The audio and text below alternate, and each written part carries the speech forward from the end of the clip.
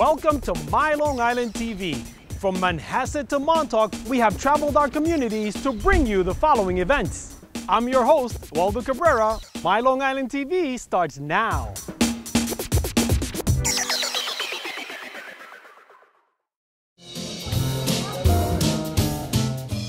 No matter what I do, Brian's not going to let me down, and he's certainly not going to let the audience down.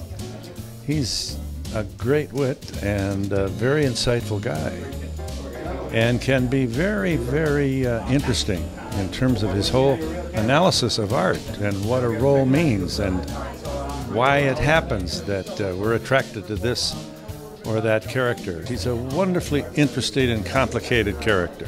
In my sophomore year, I did Macbeth. And everybody always said, "You played Macbeth at Chaminade High School with 500 Catholic high school boys sitting out front? That took a lot of guts." I said, "Not as much guts as the freshman who played Lady Macbeth." Anybody will tell you the same thing.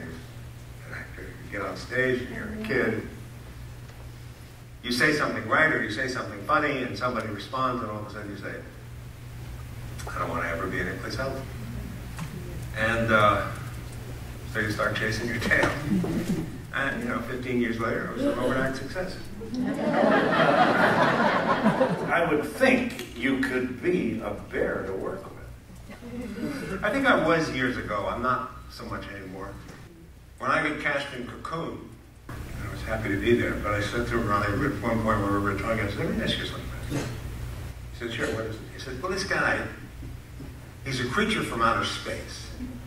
He's there to rescue his compatriots whom they've left in this pool, because they had to get away, blah, blah, blah." You're saying this to him? Yeah, I'm saying this to him.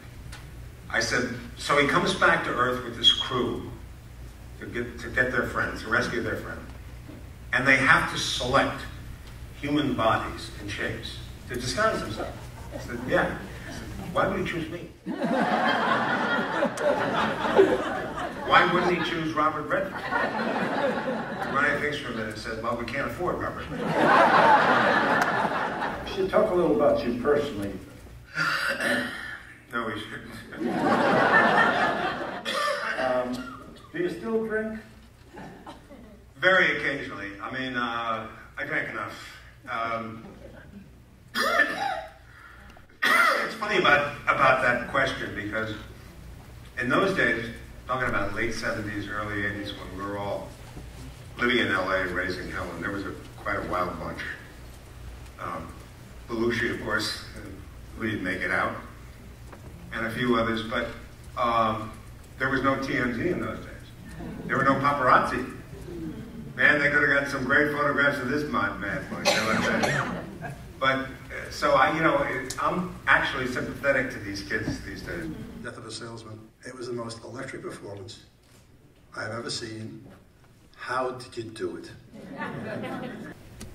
We're in that would be the fall of '98. December '98.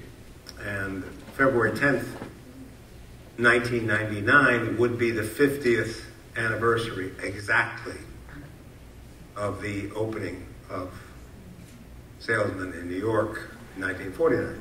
Here it comes. Anyway, who comes out one night but Arthur and Cohen, who was the big-time agent in those days? You remember the guy with the...